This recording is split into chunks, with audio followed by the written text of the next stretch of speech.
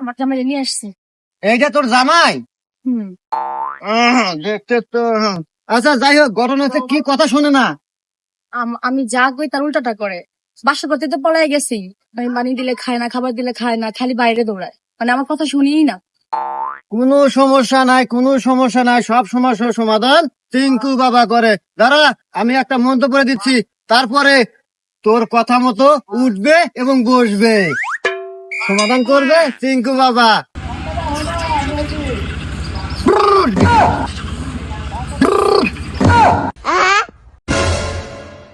যা, সমাধান কমপ্লিট। এখন আমার কথায় উঠবে বসবে? হ্যাঁ, তুই ট্রাই করে দেখতে পারিস।